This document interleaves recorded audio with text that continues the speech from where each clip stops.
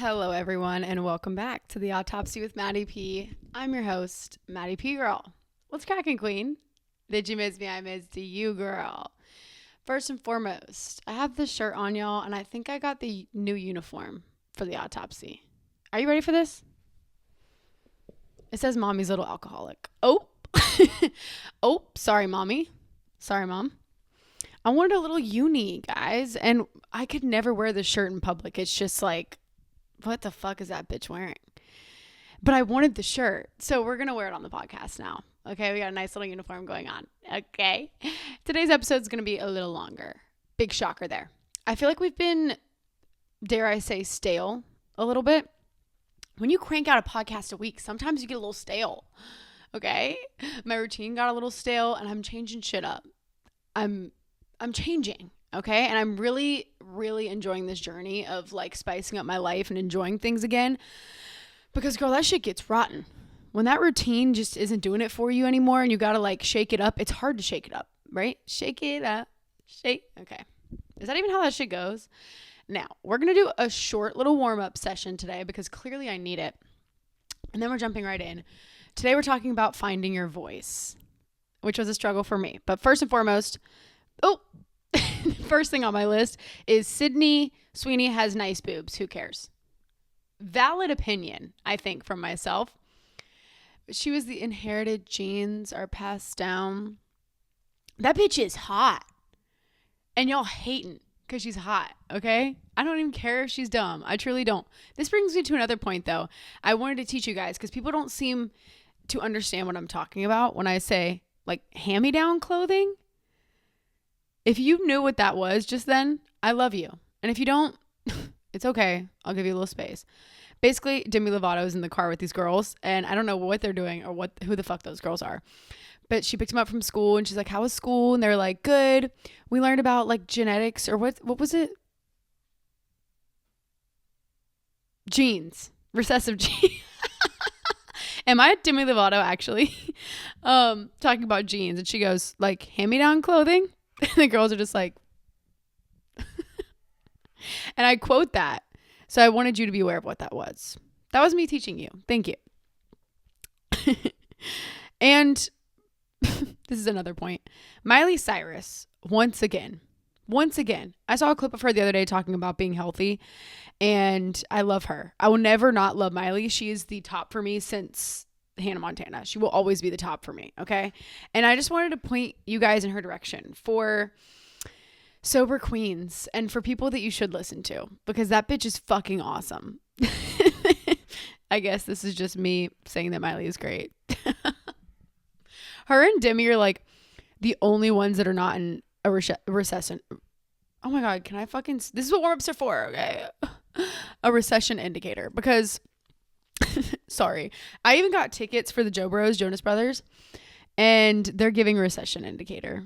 Like, you're still singing Year 3000? Yikes. But I can't wait to see them, though. Okay. I'm going with my sister, so I think it'll be like a nostalgia that I need in my life. Just seeing them boys again. And Justin Bieber is also not a recession indicator. So we've got the pinnacle, the triangle. We got Demi, Miley, Justin. This is where we stay.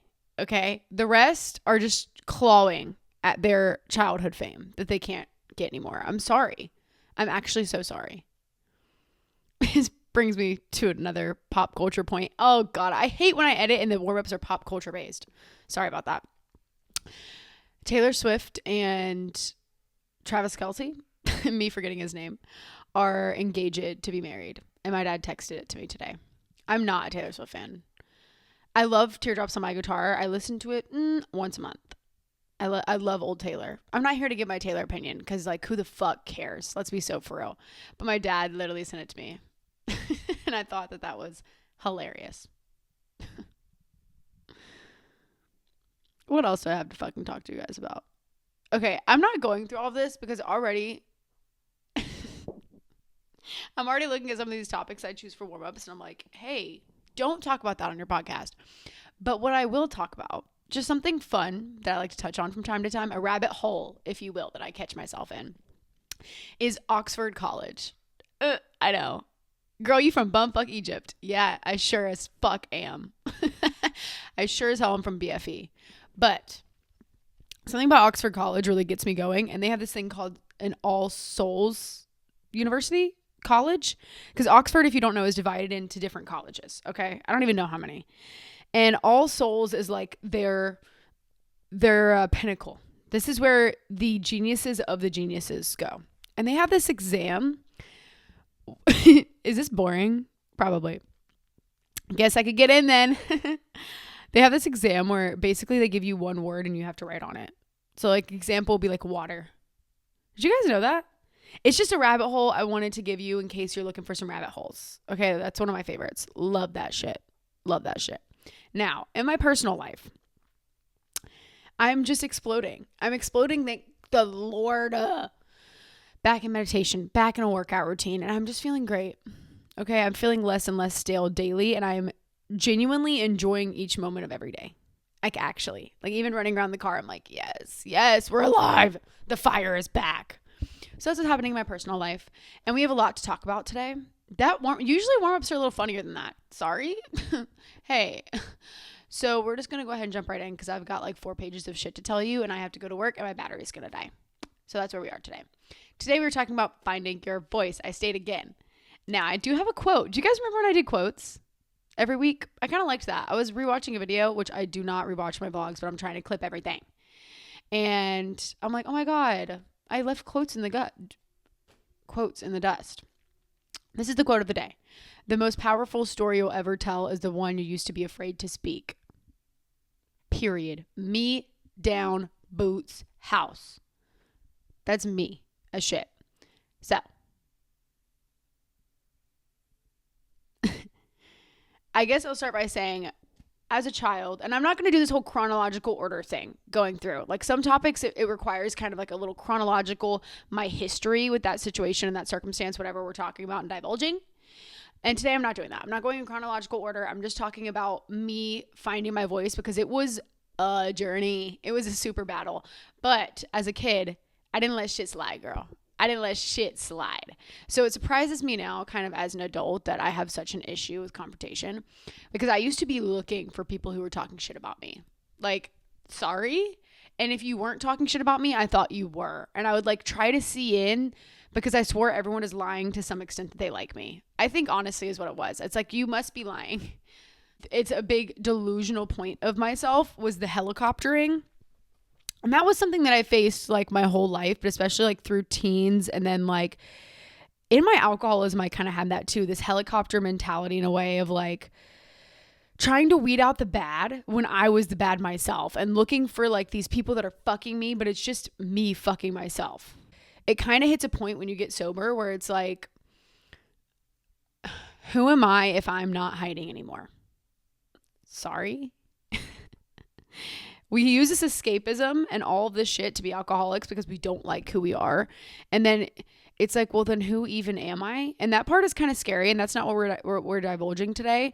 But it was a pillar in me finding my voice because I recognized that I had no idea who I actually was. And even after I had done some work, I'm like, my voice though is a direct kind of reflection that I know exactly who I am and exactly what I want. Period. And that wasn't something that was coming up inside of me. And that was the beginning kind of building basis for me to find my voice because it was also always very innate for me to live in secrecy. And that goes across the board for I think a lot of people, but especially in alcoholism, is just like the secrecy that you live in that other people are not allowed into. And there's like this pocket of you that never sees the light of day outside of yourself and outside of hatred. Like it will never go outside. And that pocket, finding it and healing it and shedding light on it was one of the hardest things I've done because it's just like a piece of me that I also in some weird fucked up way felt like belonged to myself. And that was something that I could keep as part of me.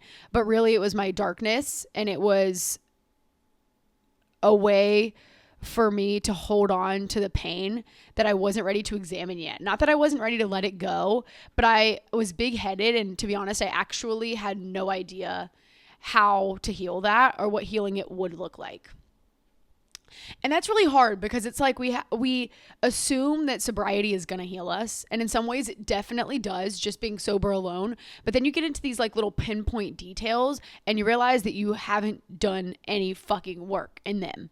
And I think it's just overwhelming. So I wanted to shed light on that aspect too, of that it's overwhelming. This shit is a lot of work to really dial in and be able to hone in on that darkness, on the things, on the secrecy, on all of that shit that keeps me from being healed, that I cling to so hard. But because I've healed these other aspects, I think I'm good to go. Yeah, not true. And I definitely suffered from the facade of no bad vibes around here. No bad days, girl. That's what alcoholism looked like for me. Being drunk for me, and I've said it before, was escapism. And it was me being able to live on vacay constantly, because life was absolutely gut-wrenchingly terrifying for me, and routine and going to work and all the shit that I kind of love now was like absolutely terrifying. And so it made in my head this thing. Not only was I suffering from the anxiety that we talked about a few weeks ago and that whole bubble, but then on the other foot, on the other foot,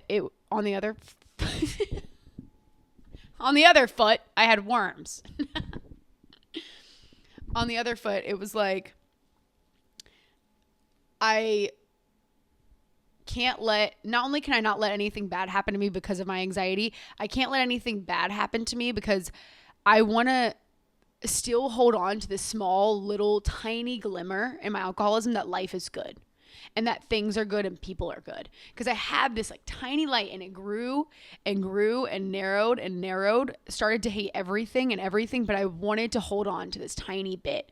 And that's where escapism and not having problems and just vibing out, and instead bottling all that shit up and not being able to have a voice in actually who I was, what upset me, and what I wanted. And it's hilarious that was the goal, but really I was secreting like a pain and loneliness. And it's kind of sad because I feel like I was a really sad sight to see. I was a sight for sore eyes. And I can't imagine like somebody else viewing me and just seeing like a sick, really twisted individual that's just like clinging to dear life, to the fun. Because to me, that was my only hope, was the club. Genuinely. People are like, does that not get boring? No. Because first of all, I'm an addict, so no. Second of all, that's the only hope I had, which is crazy. When I sit back and look at it, that was hope for me. That was hope in humanity, hope in peace, hope in a future, hope in everything, which is insane how narrow that line gets. And I think instinctually, even though I want to die and all this shit, instinctually, I want to live. And there's a fighter inside of me that will choose something to fixate on. And maybe that's also me being very purpose driven, but there's something I'm going to choose to fixate on. And at that time, it was the club and having a good time, girl. And, you know, because of creating that internal world that we've kind of been discussing the last few weeks, I slowly just let everything slide. And there was not going to be a time at all, pretty much, that I opened my mouth or voiced any of my opinions. And sobriety did look like this initially too. And I'm not going to get too far into this because I feel like we've talked about it before, but this facade that, and it's also like a juvenile concept, like, or an immature concept, something easy that you probably have grasped before in your life and it's obvious, but that healing means being a rug and being a nice person means being a rug and just getting walked all the fuck over. I definitely, even though I know that concept too, and I call it juvenile, but none of this is really juvenile until you instill it in yourself. So, wait, what am I trying to say? Like, these are all dumb as fuck kind of points to make. And it's like, yeah, obviously we like know that, but we're blind and we don't instill it in ourselves. So to me, it wasn't that juvenile, because when I accepted that finally kind of, I don't have to be nice to be healed, it was like a light bulb going off, even though this is something I've heard all my life. There's quotes, there's sayings. This is something you walk through life hearing. Not only, and I think, how many times am I going to say I think? Girl, you don't think that much. Come on. Girl, you don't think that often. But not only was this like a facade that I did subscribe to, this feeling that, and I think recently it's been pointed out to me that it's also kind of a guilt from all the shit that you've done in your addictions. But I subscribed to this belief. And it was, of course, a way for me to get my foot in the door and to learn what actually being kind looks like and actually the balance of life that is overwhelming. So I'm glad that things are presented in such a juvenile, like baby step situation, because I know for me, being overwhelmed was a pillar of my addiction. And now I fight to not feel an overwhelmed thing. And it's not that I lessen my load. It's that I fix my brain. It's not that I'm taking things off my plate or making life less difficult for myself. I'm just understanding the fight. And so not only was there that aspect of it, but I think in reality, I was almost relieved that I could be a rug and I could just be kind, because it was something that I wasn't willing to face. And I knew that I had been a rug most of my life and I didn't speak my opinions, but it was something in sobriety that I just shoved really deep down for my fixing, because I knew I wasn't ready for it. It just wasn't something that I was willing to face yet. And it would be months and months and months, because when you start bottling shit like that down, there's just certain things, in healing, you're not ready to face. And of course I wished I faced it sooner, but I needed the courage and the confidence to understand myself. And so that's where I think that really went. And I also kind of leaned on this like rug mentality as almost a personality trait, because I knew in both my addiction and my early sobriety that if I was nothing, at least I knew for a fact I was kind. And not just kind, but walk all over kind. Next level kind is what I thought I was, but really I was being a piece of shit to myself. And so I clung on to this personality trait, and it was something that I could lean back on, and it wasn't even real the entire time. A few months ago, I realized that I'm a fucking pussy. This was right around the adulting episode, which I don't think enough people watched, and I think you should go watch it. But I was like, damn, I'm a fucking pussy. And I just think you start to see things for what they really are, and you can only bullshit your way out of your idiocy so long. And when you take off the goggles of the addiction and of the past life, you see things so differently, and things can't escape. You can't look in the mirror and just like keep pressing things down or letting things escape. And one of the first times, well, actually, I'm going to go back to, this was a time in earlier sobriety that I was a pussy, and I look back to remind myself of how far I had gotten from protecting myself and from providing myself for peace when I thought I was, and just fooling myself. But basically, I had some friends, and I might have actually mentioned this on here before, and I love this person deeply, but friends who did coke in front of me at a very early stage of my sobriety. And to this day, that is a rule for me. We don't do coke in front of Maddie. We just don't do it. Go to the bathroom, go elsewhere. And also, I'm not really around people that are doing coke anymore, or I'm not at the party if they are, or whatever the situation is. But that is still a rule in place to this day. I do not want to see cocaine, period. I honestly, low-key, don't even want to know that you're doing it. And I don't know if I have said that before. And I think that, and we'll have an episode coming up on healthy boundaries. And that's one for me that is very firm. I don't want to see drugs. Sorry. Hey, that was my first lover. Hey, that's like literally my ex-boyfriend, and you're doing him in front of me. And it's just like, it's honestly kind of like an ex-boyfriend in a way. And I didn't have a voice. I watched that person do it and went on with my life. This was right after Allie died. So I was like a crumble of a human being. Like, I was so in thinking about Allie constantly, and such in the depths of my grieving that I didn't say a single word, y'all. This person knew I was on a journey, knew that I was really sick and that I had a problem. And this is an example of people who maybe take it personally, and there's nothing wrong with that. That's not my business. But you will find people in your sobriety that take that shit personally. And that's just kind of like, it's just the way it goes. And I don't think any less of those people, because I was a piece of shit human. And I don't think there was many people that were less scummy than me, or many people that were more scummy than me, that I know at least. I still consider myself to be the scummiest. And so I give these people leeway because they're normal people too. They don't suffer with a problem. So I don't know. I think back to, that was a great injustice that I definitely had to heal within myself, because I didn't say a fucking word. I went on with my night, and I thought about it too. And it did do something to me. Like, I thought about it for like several days. It was like already kind of on the cusp of relapse in a way, I think, because Allie, but then I also wasn't going to because of Allie, because I knew that she wanted me on the other side to remain sober, and I was exactly where I was supposed to be. But at the same time, that pain from losing her, and then I'm also freshly sober, and all I want to do is drink so bad. All I want to do is use so bad, but that's not something that I'm able to do anymore.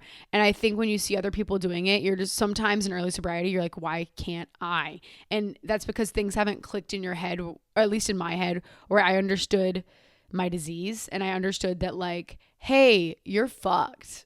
Hey, it's not fair, but you're not going to get to live the life that other people live. And the healing that comes from that is tenfold worth it. I let myself go in that situation when I truly felt so betrayed. And then because of that, it was a further injustice because I couldn't look this person in the face. It just put this big wall up between us, but I wasn't able to speak it at all. I don't know why I kind of bring that up. That's just an example. And I wouldn't go back and change it. It's just something that I had to heal later. I don't know if I already said this, but something I had to heal later in my sobriety more recently that I had to forgive myself for, because I'm so hard on myself, and that's normal to be hard on yourself.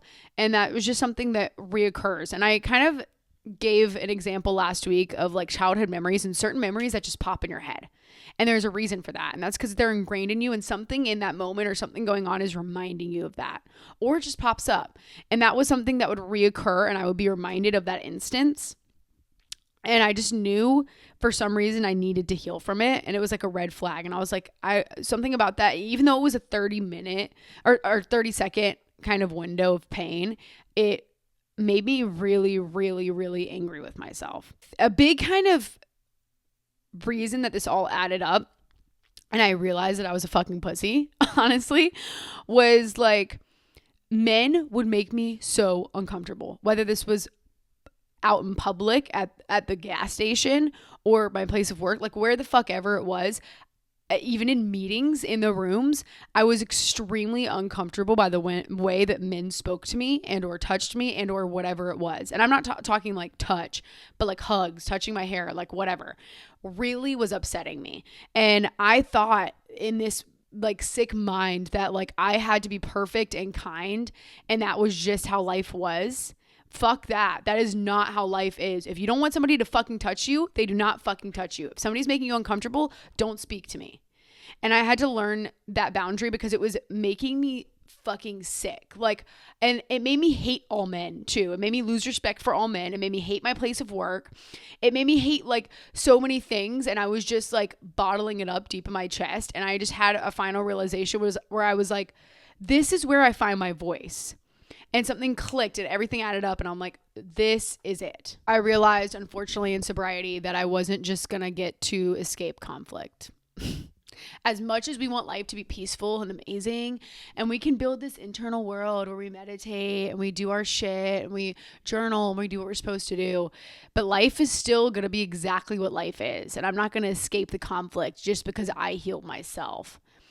Which is shitty realization to have. And again, it's something that starts as juvenile, but you don't recognize it until it's occurring within yourself. So some of these ideals is like, yeah, no shit.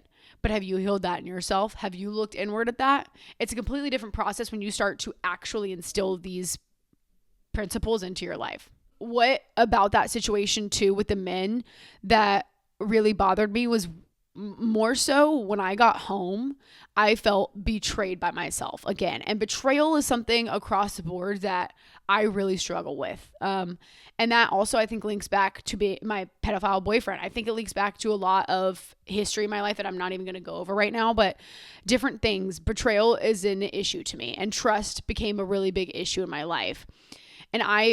And clearly betrayal is a theme for me. And I felt as though I betrayed myself. And when I was in private, I realized I didn't have a backbone. And I felt like shit.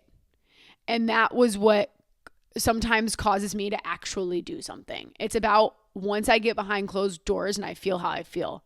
Because I'm trying to be exactly what the public wants and not exactly what Maddie wants.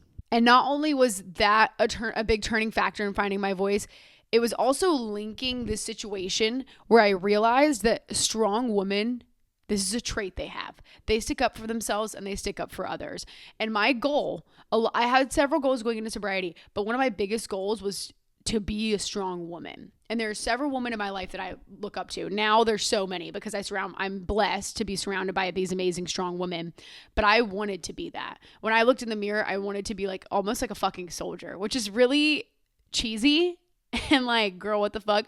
But when you're raised a pussy and somebody who just mirrors everybody and has no guts at all to be who they are, even though they're very special, and that does something to a person. And I wanted that bitch gone. I wanted her dead. I did not want to live a life like that. And that's a big trait of being a strong woman, is saying fuck what men think, fuck what people think, and fuck the patriarchy. That's what a strong woman is. It's not blending into the patriarchy. It's not giving a fuck what they think. That's what builds that.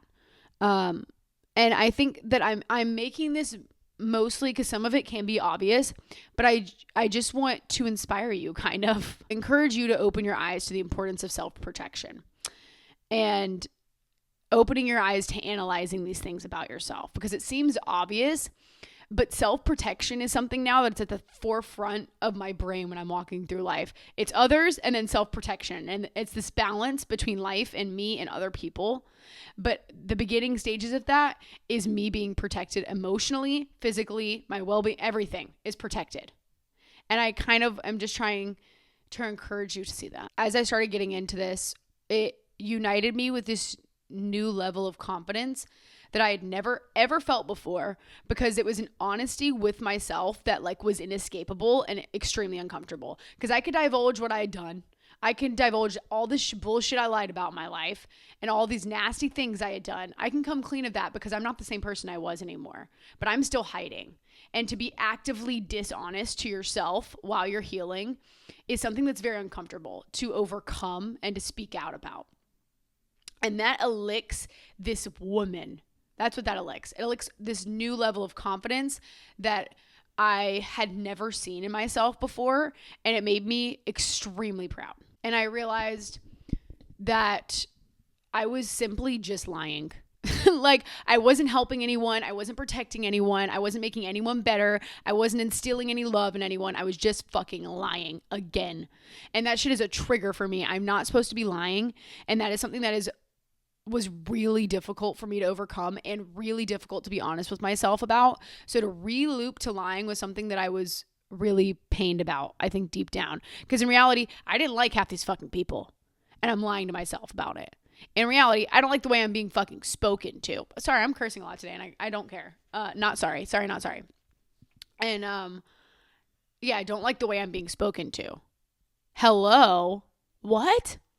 And these are like easy realizations, but I need to be treated with respect. When I turn around, I realize I don't like the way I'm spoken to, and I don't like half the people, and I'm lying to their face and to my face.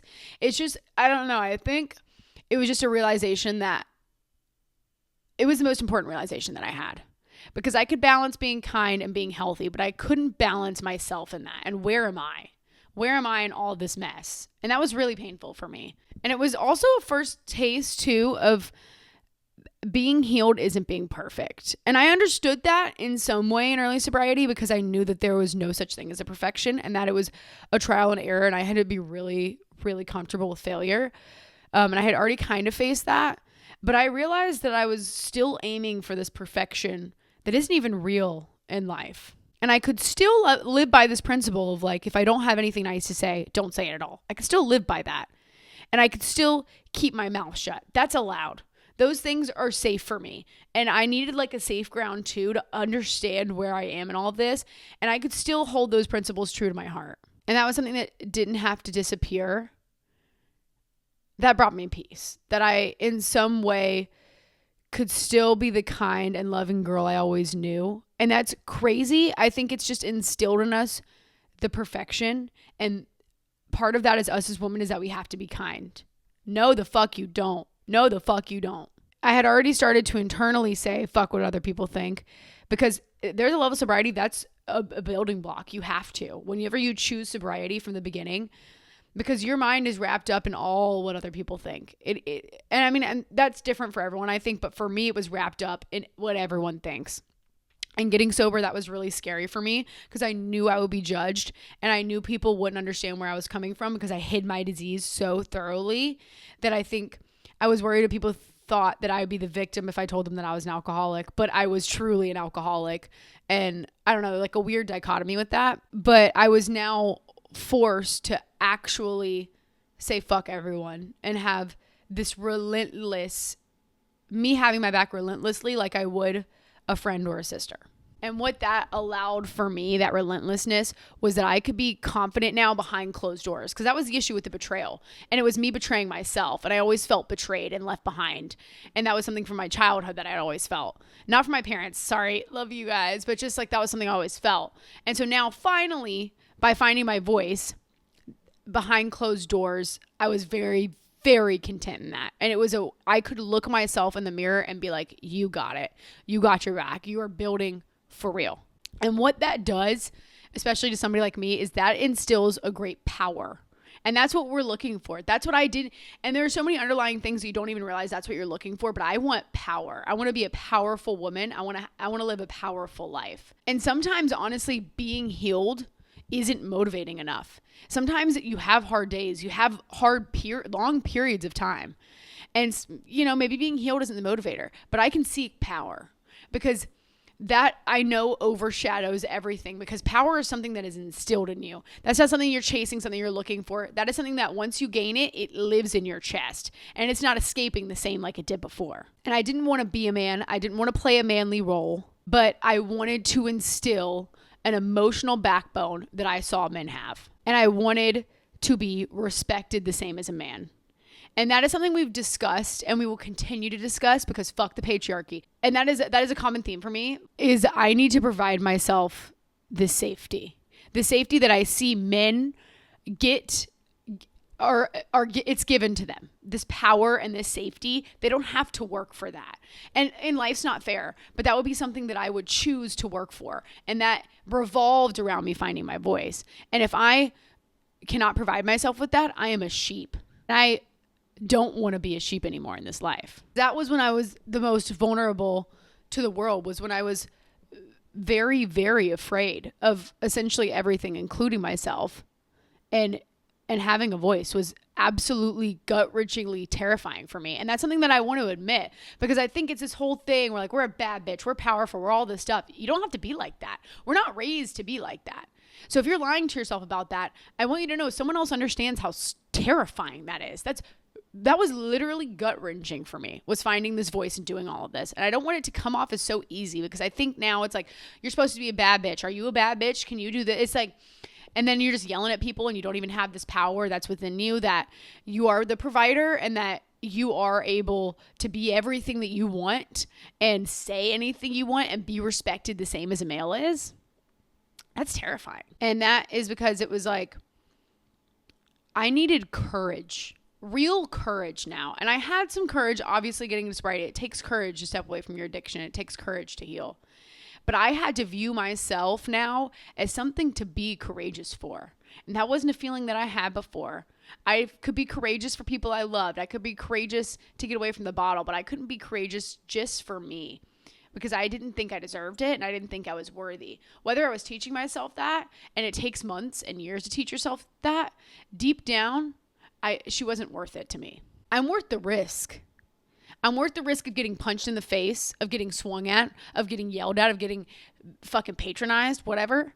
I'm worth that risk. I view my friends, I view other people as worth that risk. Why can't I be worth that risk? I'm worth a little lip. If I say something and the whole scary risk of somebody, whatever the fuck they're going to do to me after that, I am worth that. And it boils down to the most cheesiest thing, but this is how men view it. And I think I took away from this, like, even the basics of like, my name is worth defending. Sorry.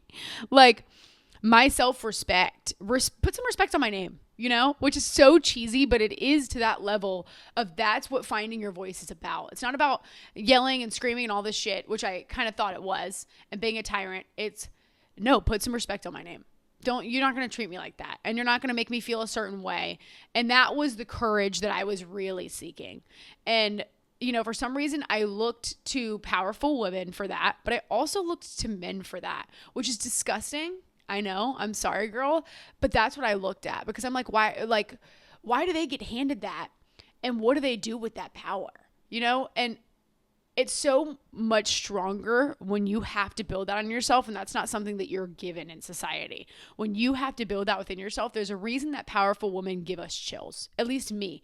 Like, my favorite women in the world are powerful and strong and boss ass bitches.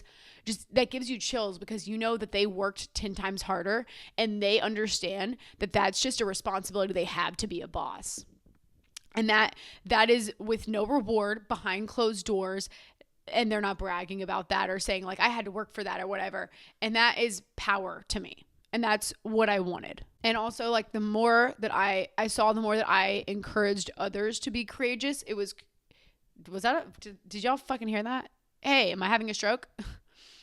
As when I was inspiring other people to be courageous, I inspired myself to be courageous. And it would be a new task of my voice being at the center of all this. And it's funny because that did not look like perfection. That looked like mostly me being a bitch and a tyrant. But that's how it starts. And it was better than me being quiet and me being meek and me being a sheep.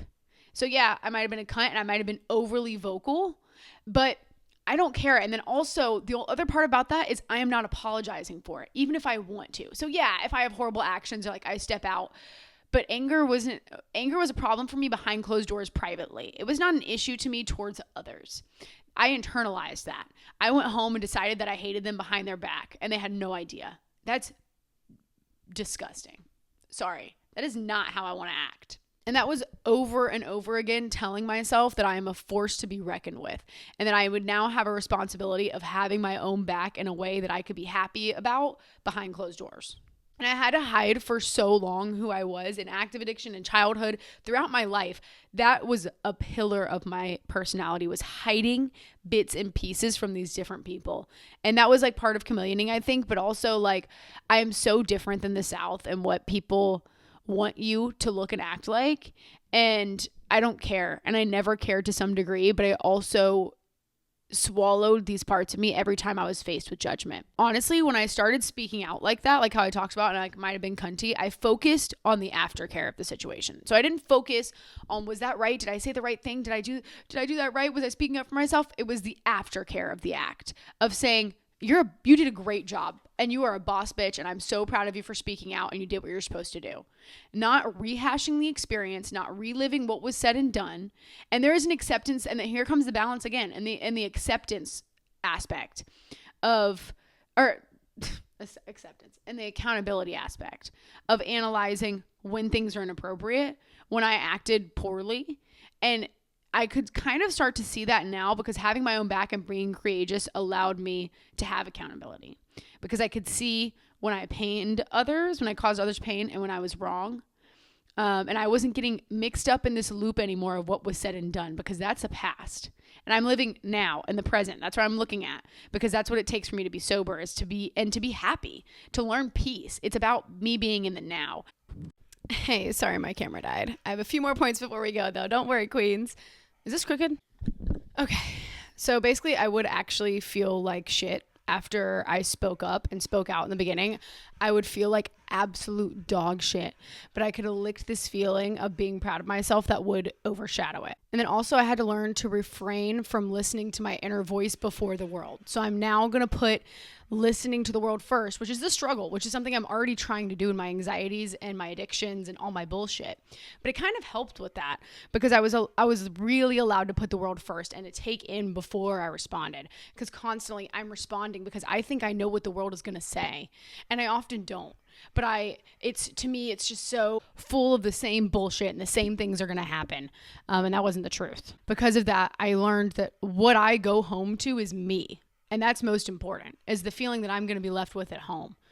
And that feeling doesn't need to be me feeling betrayed again. And I mean, I had a loss of identity. I had shame. I had silence, and I had people pleasing. This is the exact recipe for somebody who does not have a fucking voice. And as I got rid of shame, then I'm getting rid of people pleasing. People pleasing was the last.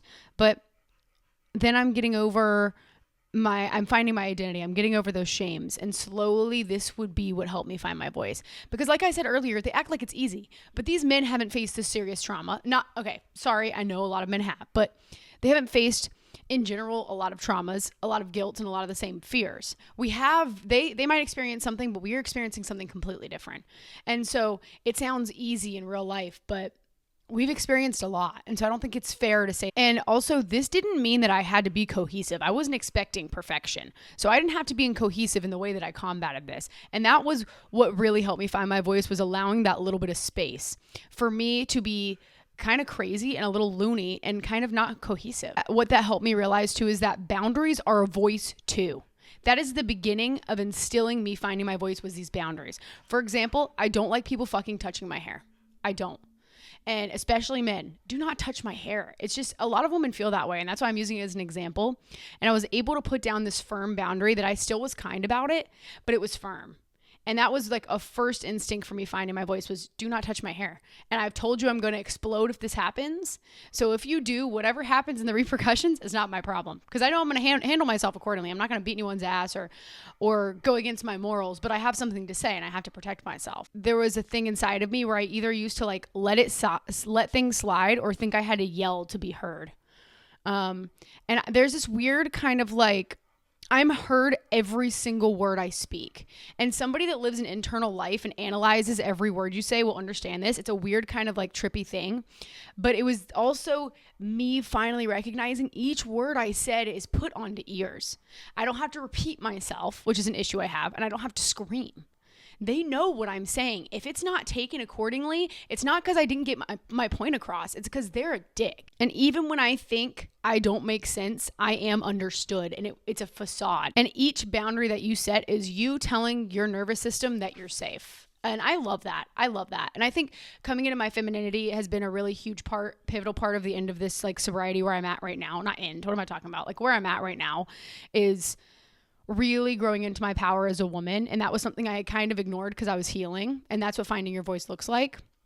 And I think like each whisper that we do is more power. Every whisper. This is small, like most of healing, small little things at a time. But each time you standing up gets easier. And this is what kind of completely transformed my life, because this is what made me truly worthy in my eyes, was this instilled power and this inherent thing that I am as important as the next. And that's what finding your voice is, because you might already have it for your friends and your family, but finding a true voice and being really powerful is all encompassing, where every aspect of your life is protected because you are healthy and you can protect it. And that is some shit I never had before. So some of this may have been obvious to you, but I wanted to share my journey of finding my voice and what that looked like, because it was really difficult for me. And I'm not scared to admit that. I'm not scared to admit that I was a pussy, and that sometimes I still feel like a pussy and I have to make myself speak when I don't want to, or I have to say something I don't want to say, because I'm going to bottle up that energy and do the next person the injustice of hating them for no fucking reason when I didn't even give them a reason or give them the space to defend themselves. You know, we couldn't even hash this out, which could have saved me a lot of relationships and a lot of broken hearts at the end of the day. But I didn't let that happen because I was a pussy, not because the other person did something to me. Not that was so unforgivable, so inconceivable. No, it was because I didn't speak up when I should have. And they say like closed mouths don't get fed. Sorry, I learned that too. Closed mouths do not get fed. And so I just wanted to inspire you. And this is for all my ladies out there, I think, really, who hate their hair being touched and don't have the guts to say anything, because you do have the guts. So I said this episode was going to be longer, but I have got a work to get to, and we kind of got all of our points in. Well, I encourage you to find your voice this week and speak up for yourself, because you deserve it. And that might start by you speaking up for others first, or watching powerful women, listening to powerful women, and gaining strength from them, because that's where a lot of this shit rests. Is I get this shit from other people. I'm inspired, and I know that their strength, because they are a woman, because we're united just from them being a woman, I can take away some of that. It's up for the offer. If those people are being inspiring on the internet or wherever the hell I find them, in books and TV, wherever it is, they put that up there for me to take some. And that's the underlying of womanhood too, that I had eradicated from I guess I never eradicated, I never understood it, was that unity means that my power is there for you to borrow anytime you need it, because I love you, because you're a woman. And that is something that has transformed my life, is borrowing that shit from other women and understanding truly what it means to be powerful and to find my voice. So I encourage you to do the same. And I love you guys. Have a good week. Bye.